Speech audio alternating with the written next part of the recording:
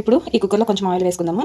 Oil heat ఎక్కింది. ఇందులో 2 బిర్యానీ ఆకులు, దాచిన చెక్క, ఇలా లైట్గా దంచి పెట్టుకున్న యాలకులు 3, ఒక స్టోన్ ఫ్లేవర్, జీరా చిన్నది చాలండి, 4 లవంగాలు, కొన్ని మిరియాలు లైట్గా వేగించినాక ఇలా అయితే చిన్న ముక్కలుగా కట్ చేసుకున్న ఆనియన్స్ వేసుకుందాం.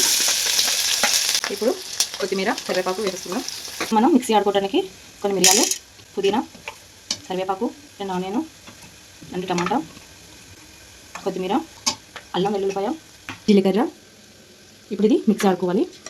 పెట్టుకున్న ఈ చికెన్ మొత్తం వేసేసుకుందాం. చికెన్, పచ్చిమిరపకాయలు వేసుకుందాం.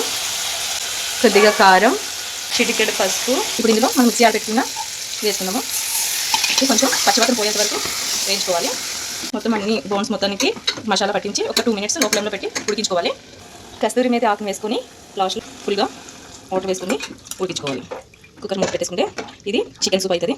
జలుబుకి, అన్నట్లకి మంచిగా ఉపయోగపడుతుంది.